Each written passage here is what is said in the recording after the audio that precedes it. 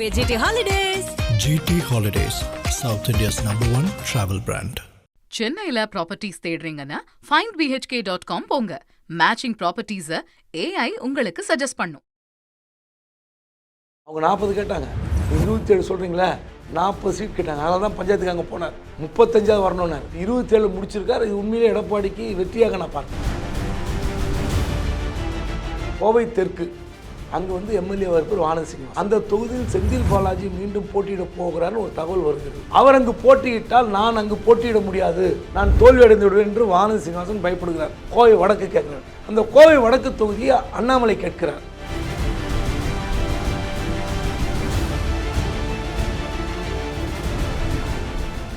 IBC Tamil நேயர்களுக்கு வணக்கம். இன்றைய சிறப்பு நேர்காணலில் நம்மோடு இணைந்திருக்கிறார் மூத்த பத்திரிகையாளர் குபேந்திரன் அவர்கள். வணக்கம் சார். வணக்கம். தமிழக தேர்தலுக்கு இன்னும் 30 நாள் தான் இருக்குது. பரபரப்பாக அரசியல் சூழல் மாறிட்டே இருக்குது ஒவ்வொரு நாளும். இன்றைக்கி பியூஷ் கோயல் சென்னை வந்திருக்காரு, அதிமுக அலுவலகத்தில் இருக்கார். தொகுதி பங்கீடு குறித்து கிட்டத்தட்ட பேச்சுவார்த்தை முடிஞ்சிருச்சு அப்படிங்கிற ஒரு செய்தி இருக்குது. கூடவே டிடிவி தினகரன் 9 ஆண்டுகளுக்கு பின்பாக அதிமுக அலுவலகத்துக்கும் வந்திருந்ததையும் நம்ம பார்த்தோம். என்டிஏ கூட்டணியை பொறுத்த வரைக்கும் எந்த அளவுக்கு இப்போதைய சூழலில் பலமாக இருக்குன்னு நினைக்கிறீங்களா, இல்லை பலம் பெற்றுட்டு இருக்குன்னு நினைக்கிறீங்களா? இப்போ ஒவ்வொருத்தராக அந்த கையெழுத்து விஷயங்களாக இருக்கட்டும், திமுக கூட்டணியில் நடக்கிற மாதிரி அந்த கராரான விஷயங்கள் எதுவுமே இங்கே நடக்கலையே. நீங்கள் என்ன கொடுக்குறீங்களோ கொடுங்க, சின்னம் கூட எங்களுக்கு பிரச்சனை இல்லை அப்படிங்கிற மாதிரி எடப்பாடி பழனிசாமி பாஜக கிட்ட சொன்ன மாதிரி பல்வேறு செய்திகள் வருது. இதை நீங்கள் எப்படி? அங்கேயும் குழப்பம்தான். திமுகவில் இருக்கிற குழப்பம் இப்போது பேசப்படுகிறது பெருசாக. என்டிஏல போன வாரம்ல தானே பேசியிருந்தோம், 20 நாள் முன்னாடி தானே பேசியிருந்தோம். கூட்டணி கட்சிகள் எந்த சின்னத்தில் போட்டியிட வேண்டும் என்று பாஜக எப்படி விரும்புகிறது. அதாவது அவங்க 54 சீட்டுக்கு மேலே கூட்டணி கட்சிகள் சேர்ந்து போட்டியிட வேண்டும். அதனால டெல்லி போனார். எடப்பாடி எதுக்கு டெல்லி போனார்? பியூஷ் கோயல் சொல்கிறதே பேச்சு கேட்க மாட்டேன்னு அமித்ஷா கிட்ட எதுக்கு ஓடி போய் முறையிட்டார். தமிழ்நாடு பாஜக சொல்வது போல சொல்லி கொண்டிருக்கிறார்கள். கோவை தெற்கு அங்கே எம்எல்ஏ இருப்பார் வானதி சீனிவாசன். அந்த தொகுதியில் செந்தில் பாலாஜி மீண்டும் போட்டியிட போகிறார்னு ஒரு தகவல் வருகிறது. அது உறுதியாக இல்லையே நமக்கு தெரியாது. ஆனால் அவர் அங்கு போட்டியிட்டால் நான் அங்கு போட்டியிட முடியாது, நான் தோல்வி அடைந்து விடுவேன் என்று வானதி சீனிவாசன் பயப்படுகிறார். கோவை வடக்கு கேட்குறார். அந்த கோவை வடக்கு தொகுதியை அண்ணாமலை கேட்கிறார். அண்ணாமலைக்கு என்ன சொல்லுங்க, இல்லை வடக்கு கொடுக்க முடியாது, கோவை தெற்கு இல்லைன்னா வடக்குன்னு எப்படி கேட்குறீங்க? வானதியும் கேட்குறாங்க, நீங்களும் கேட்குறாங்க, எத்தனை கொடுங்க? இல்லை எனக்கு கவுண்டம்பாளையம் கொடுங்க. கவுண்டம்பாளையம் எங்கள் தொகுதி கொடுக்க மாட்டோம். சரி எனக்கு பல்லடம் கொடுங்கன்றார். பல்லடம் கொடுக்க முடியாது, எங்களுக்கு முன்னாள் அமைச்சர் ஆனந்தன் இருக்கிறார். அங்கேருந்து பல்லடத்துலேருந்து அப்படியே பழனிக்கு வர்றார். பழனி கொடுங்க, பழனி கொடுக்க முடியாதுங்கிறாங்க. ஸோ அங்கேயும் ஏகப்பட்ட பிரச்சனை. கிட்டத்தட்ட அண்ணாமலை 6 தொகுதிக்கு கேட்டு பார்த்துட்டார். இல்லை அண்ணாமலை இந்த தடவை போட்டிடுறாரு அப்படின்னு நீங்கள் நினைக்கிறீங்களா? 99.9% அண்ணாமலை போட்டியிடுவார் என்று நான் நம்புகிறேன். ஆமாம். இல்லை அவருக்கு அதில் விருப்பம் இருக்கா? ஏன்னா கிட்டத்தட்ட அவர் எப்போ அந்த பதவியிலேருந்து தலைவர் பதவியிலேருந்து நீக்கப்பட்டாரோ நான் காரியகர்த்தாவாக தான் இருக்கேன் அப்படின்னு அவர் சொல்லிட்டாரு. கிட்டத்தட்ட நீண்ட மாதமாக எந்த பொறுப்புலையும் இல்லாமல் ட்ராவல் பண்ணிட்டு இருக்காரு. அவர் கூட யார் யாரெல்லாம் ட்ராவல் பண்ணாங்களோ அவங்களுமே கிட்டத்தட்ட அதே கட்சியில் இருக்காங்களா இல்லை வேறு கட்சிக்கு போயிட்டாங்களா என்னங்கிற ஒரு சந்தேகம் இருக்குது. இப்போ அவருக்காக உழைக்கிறதுக்கு பாஜக காரங்க தயாராக இருக்காங்களா? இல்லை அண்ணாமலை ஒரு பெரிய சலசலப்பை ஏற்படுத்துகிற ஒரு அரசியல்வாதி, பரபரப்பை ஏற்படுத்துவார். அவருக்கு நீங்கள் வாய்ப்பு கொடுத்தீங்கன்னா அந்த தொகுதியை எப்படியா ஜெயிக்க பார்க்குறதுக்கு பேசுவார், பேசி கொண்டிருப்பார். பிரச்சாரம் நல்லா பலமாக இருக்கும். அவருக்கு கோவை மக்களவை தொகுதியில் ஒரு 12,000 பேரை கூட்டின்னு உட்கார வச்சு வார் ரூம் ரெடி பண்ணாரா இல்லையா? மற்ற வேட்பாளர்களுக்கு பண்ணல, மாநில தலைவர் அவர் தான். மற்ற எந்த வேட்பாளருக்கும் இல்லாத சலுகை, சிறப்பு சலுகை கோயம்புத்தூரில் அவர் கிடைச்சிது. எந்த வேட்பாளரும் கிடைக்காத பொருளுதவி அவருக்கு கிடைத்தது. எந்த வேட்பாளருக்கும் கிடைக்காத அளவு பிரச்சாரம் அங்கே செய்யப்பட்டது. அதனால் அவர் கண்டிப்பாக கொடுப்பாங்கன்னு நினைக்கிறேன். கொடுக்காமல் இருக்க மாட்டாங்க. கொடுக்காமல் இருப்பதற்கு என்ன நோக்கம் இருக்க முடியும்? ஒரு எம்எல்ஏ சீட் ஒன்று கொடுத்துருவாங்க. பட் அந்த எம்எல்ஏ சீட்டில் 1000 குழப்பம் இருக்குதுன்னு சொல்ல வரேன். ஸோ என்டிஏலும் குழப்பம் இருக்கிறது, அதிமுக கூட்டணியிலும் குழப்பம் இருக்கிறது. காரணம் இவர் தன்னுடைய 2ஆம் கட்ட தலைவர்களை எடப்பாடி பழனிசாமி அவர்கள் நம்ப மறுக்கிறார். அவர் நம்பியிருந்தால் இந்த பேச்சுவார்த்தைக்கு டெல்லிக்கு யார் அனுப்பியிருக்கணும்? செகண்ட் லைன் லீடர்ஸ் அனுப்பியிருக்கணும். நான் இங்கே இருக்கிறேன், இந்த லிஸ்ட்டை கூட்டமே படிங்க, கொடுக்குறேன் அப்படின்னு சொல்லியிருக்கணும். இந்த லிஸ்ட்டை கொடுக்காம இவரே போய் பேச்சுவார்த்தை நடத்துவது அது ஒரு லீடருக்கான கெப்பாசிட்டியை இழக்கிறார். அவருக்கான ஒரு மைலேஜ் இருக்குல்ல. இப்போ நீங்கள் யாரையும் கூட்டணும் போக மாட்டார். யாரை கூட்டணும் போகிறார்? சிவி சண்முகமோ, தங்கமணியோ, வேலுமணியோ, நத்த விஸ்வநாதனையோ, முனுசாமியோ கூட்டணும் போகிறாரா? ஒரு 4-5 பேரை கூட்டமே பேச்சுவார்த்தை நடத்தலாம்ல. எதுக்கு நீங்கள் ஒரு தனிநபராகவே காட்சி தரீங்க? அது ரொம்ப தப்பு. அது இல்லை அதிமுக பொதுச் செயலாளர்னா எடப்பாடி பழனிசாமி தான், திமுக தலைவர்னா எம்கே ஸ்டாலின் தான். எம்கே ஸ்டாலினுடைய மகன் கூடிய உதயநிதி ஸ்டாலின் நேற்று வந்து அந்த வேட்பாளருடைய அந்த நேர்காணல் நடந்தது.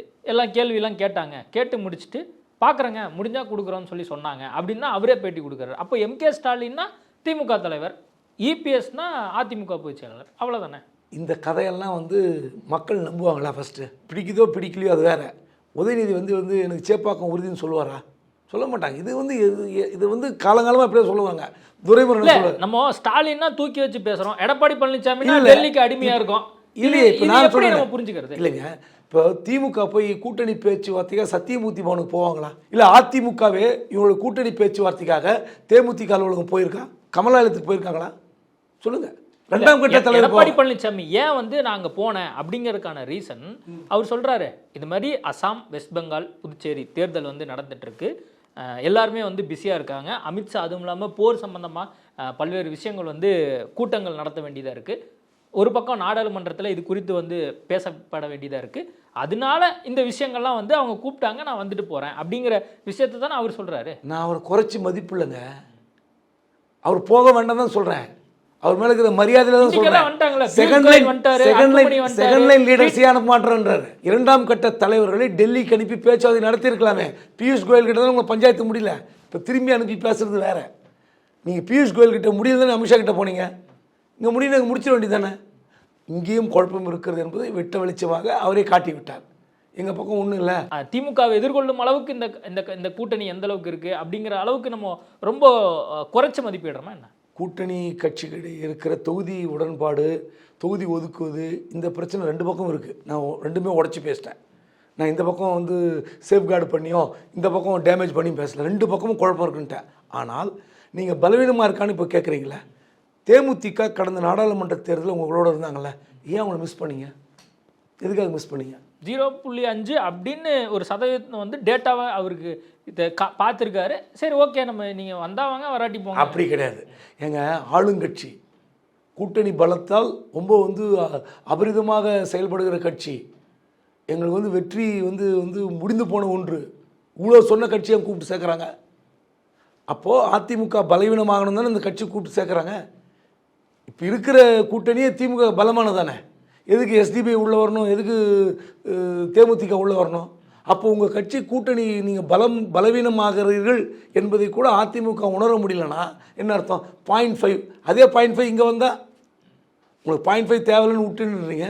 அந்த 0.5 இங்கே வந்தால் உங்களுக்கு தானே ப்ளஸ்ஸு. ரஜினி ஒரு டைலாக் சொன்னார், 10 பேர் சேர்ந்து ஒருத்தர் எதிர்க்கிறது எப்படி இருக்குது அப்படின்னு சொல்லி கொஞ்சம் ஆண்டுகளுக்கு முன்னாடி சொன்னார். அப்போது வந்து இவங்க ஒரு 10 பேர் இருந்தாலும், அதிமுக கூட்டணியில் ஒரு 10 பேர் இருந்தாலும் அது பலமாக இருக்குது, நம்ம இவங்களை எதிர்கொள்ளணும் அப்படின்னா நம்மளுக்கு 20 பேர் கூட்டணி வேணும் அப்படின்னு முக ஸ்டாலின் நினைக்கிறாரா? இந்த டைலாக்லாம் வந்து பஞ்ச் டைலாக் வந்து அப்பப்போ வரும் போகும்.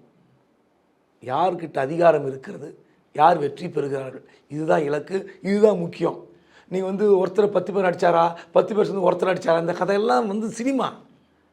ரஜினி சொன்னதெல்லாம் சினிமா டைலாக்கு, மோடிக்காக சொன்னது. அது கடைசியில் மோடி வந்து என்ன மூணாவது முறை என்ன 372 ஜெயிச்சாரா?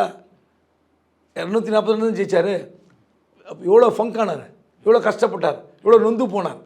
அப்போது உங்களுடைய வெற்றி இலக்கு நீங்களே சுருக்கி கொண்டால் அல்லது நீங்களே குறைத்து கொண்டால் உங்களுக்கு தான் பாதிப்பு. அதிகாரம் உங்களை விட்டு போச்சுன்னா யாருக்கு கஷ்டம்? நீங்கள் திமுகவை வீழ்த்த முடிய வேண்டும் என்றால் அதிமுக வலிமையாக இருக்கணும். அப்போ அதிமுக வலிமையாக இருக்கணும்னா அந்த அணி வலிமையாக இருக்கணும். அந்த அணியில் இருக்கிற கட்சி வெளியே போச்சுன்னா யாருக்கு பலவீனம் சொல்லுங்கள்? இப்போ பாஜகவுக்கு 27 தொகுதி ஒதுக்கீடு அப்படின்னு நம்ம செய்தியை பார்க்குறோம். இப்போ பாஜகவுக்கு கடந்த முறை 20 தொகுதி தான் ஒதுக்கப்பட்டிருந்தது. இப்போ 27 அப்படிங்கிற நம்பர் வந்து வந்திருக்கு, அஃபிஷியலாக செய்தி வந்திருக்கு. இந்த விஷயத்தை நீங்கள் எப்படி பார்க்குறீங்க? கூடுதலாக ஒதுக்கியிருக்காங்களே, என்ன காரணம்? நாடாளுமன்ற தேர்தலில் பாஜக கொஞ்சம் ஸ்கோர் பண்ணியிருக்காங்க. அண்ணாமலையுடைய உரத்த குரல், அண்ணாமலை ஏற்படுத்திய சலசலப்பு, அண்ணாமலை கட்டமைத்த காட்சிகள், இந்த பிம்பங்கள்லாம், மீடியா அவருக்கு கொடுத்த அந்த ஃபோக்கஸு, வாய்க்கு வந்ததெல்லாம் பேசுவார், முன்னுக்கு பிறனாக பேசுவார், பேசியதை இல்லை என்று மறுப்பார். இதுக்கெல்லாம் கிடைச்ச மைலேஜ் அதிமுக திமுக வேண்டாம் அப்படின்ற ஒரு கூட்டத்தை ஈர்த்தார். இதெல்லாம் உண்மை, அவ்வளோதான். இதுக்கு கிடைச்ச மைலேஜ் அதனால் கொஞ்சம் கூடுதலாக வாங்கியிருக்காங்க. அவங்க 40 கேட்டாங்க, நீங்கள் 27 சொல்கிறீங்களே, 40 சீட் கேட்டாங்க. அதனால தான் பஞ்சாயத்துக்கு அங்கே போனார். 35 வரணுன்னார். இப்போ 27 முடிச்சிருக்காரு. இது உண்மையிலே எடப்பாடிக்கு வெற்றியாக நான் பார்க்குறேன். இப்போ அதிமுக இந்த முறை எத்தனை தொகுதிகளில் போட்டியிடறதுக்கு வாய்ப்பு இருக்குன்னு நினைக்கிறீங்க? ஏன்னா இன்னும் கூடுதலாக பல்வேறு கட்சிகளோட பேச வேண்டியது இருக்குது. இப்போது நம்ம ஜான் பாண்டியனுக்கு எத்தனை தொகுதி, புதிய தமிழகம் கட்சி கிருஷ்ணசாமிக்கு எத்தனை தொகுதி, இன்னும் மற்ற கட்சிகளுக்கெல்லாம் இன்னும் பேச்சுவார்த்தை நடத்த வேண்டியதாக இருக்குது. இந்த முறை அதிமுக எத்தனை தொகுதியில் போட்டியிடும்? இப்போ நீங்கள் சொன்ன ஜான் பாண்டியன், ஐஜேகே பாரிவேந்தர், ஏ சண்முகம் இவங்க எல்லாமே பாஜக சேலத்தில் நின்னாங்கன்னா அது அவங்க கட்சிக்கு போயிடும். 27 + ஒரு 30-32 வரைக்கும் போகலாம். மீதி 160 165 இடங்களுக்கு குறையாமல் அதிமுக நிற்பதற்கு வாய்ப்பு இருக்கிறது. ஒருவேளை மற்ற உதிரி கட்சிகளுக்கு இரட்டை இலை சின்னத்தில் நிற்க வைத்தால் அந்த நம்பர் நான் சொன்ன நம்பரை தொட்டுருவாங்க. 160 to 165 ஏடிஎம்கே வரலாம். பாமகவுக்கு 18 தொகுதி, அதே மாதிரி அமமுகவுக்கு 11 தொகுதி அப்படின்னு ஒரு செய்தி வந்து அறிவிப்பு வந்திருக்கா தெரியல. இப்போ மேபி பார்த்துருக்கு, இப்போ லேட்டஸ்ட்டாக வந்திருக்கலாம். 12 கேட்டால் 11 கொடுத்துருக்குறாங்க. பாட்டாளி மக்கள் கட்சி ஏற்கனவே சொல்லப்பட்டதான் 18. அவருக்கு நல்ல நம்பர் தான். இப்போ இந்த சின்னம் இப்போது பாமகவுக்கு பிரச்சனையாக மாறாதா? ஏன்னா ஒரு பக்கம் உச்சநீதிமன்றம் யாரை கேட்டு நீங்கள் மாம்பழம் சின்னம் கொடுத்தீங்கன்னு சொல்லி இன்றைக்கி ஒரு செய்தி ஒன்று நான் பார்த்தேன். இது சின்ன எதுவும் பிரச்சனை? இந்த பஞ்சாயத்து போயிட்டு இருங்க. தேர்தல் கமிஷன் யாருக்கு கொடுக்கும்? இப்படி பச்சையாக உடச்சி கேட்குறேன், யாருக்கு கொடுக்கும்? ஆப்வியஸ்லி அன்புமணி கொடுக்க. அப்புறம் இருக்குல்ல, இதில் என்ன உச்சநீதிமன்றம் 1000 கேள்வி கேட்கலாம், என்ன ஒன்று கேட்கலாம். தேர்தல் கமிஷன் பாஜக உத்தரவு என்னவோ அதுதான் செய்ய போகுது. மாம்பழ சின்னம் அன்புமணி ராமதாஸ் தான். அவர் டாக்டர் பெரியவர் ராமதாஸ் என்ன குரல் கொடுத்தாலும் குப்புறப்படுத்தி உருண்டாலும் ஒன்றும் நடக்க போகிறதில்ல. எத்தனை ஐநா சபைக்கு போனால் கூட கிடைக்க போகிறதில்ல. அப்புறம் என்ன பேச்சு இருக்குது? மாம்பழ சின்னம் அவருக்கு தான். தமிழ்நாட்டில் ஏற்கனவே 4 முனை போட்டி இருக்குது அப்படின்னு பேசப்பட்டிருந்து. இப்போ புதிதாக 5 முனை போட்டி. அதுக்கு முக்கிய காரணம் ராமதாஸும் சசிகலாவும் புதுசாக கூட்டணி அமைச்சது. இதை நீங்கள் எப்படி புரிஞ்சுக்கிறீங்க? இந்த கேள்வியை நான் தப்பாக பார்க்குறேன். 5 முனை போட்டிலாம் இல்லை. நீங்கள் இன்னொன்று நான் சொல்லிட்டு வந்துடுறேன். அதிமுக ஒரு அணி, திமுக ஒரு அணி, விஜய் ஒரு அணி, நாம் தமிழர் ஒரு அணி. இப்போது நாம் தமிழர் சொல்லிடுறேன். கடந்த முறை வாங்கிய 8.11 அதை தொட்டாலே அவருக்கு மிகப்பெரிய வெற்றி. அதை தொடுவாரனே தெரியாது இந்த முறை, சரிங்களா? ஸோ அவர் எந்த பாதிப்பு ஏற்படுத்த போகிறாரு நம்ம தேர்தலுக்கு பிந்தி நம்ம பேசுவோம், சரிங்களா? இல்லை, சீமானோட இது நீங்கள் சொல்கிறீங்க அந்தளவுக்கு தமிழக மக்கள் மத்தியிலையும் இளைஞர்கள் மத்தியிலையும் அவர் அந்த கூட்டம் போட்டு வேட்பாளர்களை அறிவித்து அவர் அந்த தேர்தல் அந்த அறிக்கைகள்லாம் அறிவித்த பின்பாகமும் அதை தொடமாட்டார். நீங்கள் அப்படின்னு நம்புறீங்களா? அந்த தேர்தல் அறிக்கைலாம் தனி டிபேட்டாக வச்சிங்கன்னா நான் பேச தயார். யாராவது நம்புவானுங்க? தமிழ்நாட்டுக்கு கீழே ஓடுகிற ரயில்கள் அது தமிழ்நாடு அரசு கீழே கொண்டு வருவோம். அப்புறம் பெண்களுக்கான தொகுதியை நாங்கள் உறுதிப்படுத்துவோம். சட்டமன்ற தொகுதியை நாங்கள் உறுதிப்படுத்துவோம். 6 சட்டமன்ற தொகுதி தேர்ந்து ஒரு பாராளுமன்ற தொகுதி என்பதை நாங்கள் பிரித்து 3 ஆக்குவோம். இதெல்லாம் இவர்கள் கொண்டு வர முடியுமா?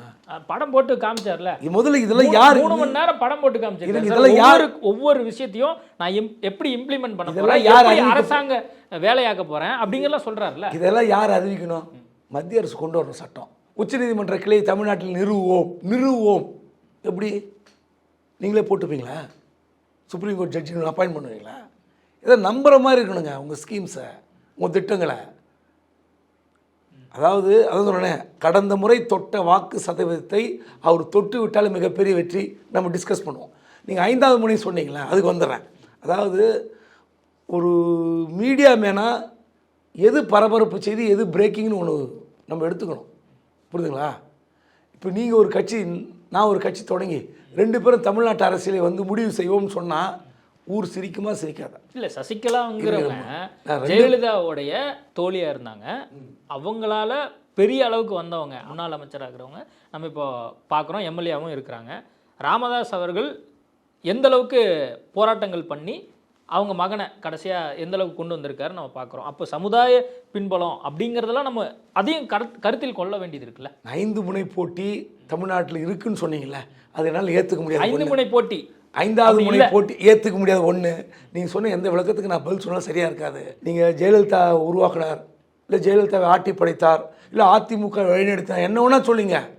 சென்னை மாவட்ட செயலாளர் சசிகலா கட்சியினுடைய பெயர் சொல்லுங்கள். சென்னை வேண்டாம், உங்களுக்கு தெரிஞ்ச மாவட்ட செயலாளர் பேரை சொல்லுங்கள். சொல்ல முடியல, எனக்கும் தெரியாது. நான் கேட்டதால எனக்கு தெரியும் நினைக்காது, எனக்கும் தெரியாது. ஏங்க முதல்ல இந்த மாதிரி கட்சி இவரோட கூட்டணி போட்டு அவர் 40 தொகுதி, இந்த அம்மா 60 தொகுதிக்கு 1000 ஓட்டு 2000 ஓட்டு வாங்குவாங்க. ஒட்டு மொத்தமாக தமிழ்நாட்டில் இந்த 2 கட்சிகளும் சேர்ந்து 2 லட்சம் ஓட்டு வாங்கினா அதிகம் 100 தொகுதியில் போட்டிட்டு. அப்படி இருக்கும்போது தமிழ்நாட்டில் 5 முனை போட்டி அப்படின்னு கேட்டிங்கன்னா நான் எப்படி பதில் சொல்கிறது? சரி, இவங்க தாவேகாவோட கூட்டணி போனால் தாவேக்காவோட போனால் ஓரளவுக்கு அதான் சொல்கிறேன். அவருக்கும் ஏற்கனவே எடுத்த சர்வே, ஏற்கனவே இந்த மீடியா வந்து காட்டுற அந்த பிம்பம், இதெல்லாம் மீடியாவில் சார் மக்கள் பேசுகிறாங்க சார். நம்ம தான் ஃபோக்கஸ் பண்ணுறேன். நானும் மீடியா மேன் தானே, நான் என்னையும் தானே குற்றச்சாட்டிக்கிறேன். நம்ம பேச தாங்க ஒருத்தர் வளர்றாரு. அவர் என்ன தகுதி இருக்குது? அரசியல்வாதியாக இருக்கவே தகுதி இல்லாத நபர். நான் சொல்கிறேன், எனக்கு தனிப்பட்ட விரோதம் விஜய் மேலே கிடையாது.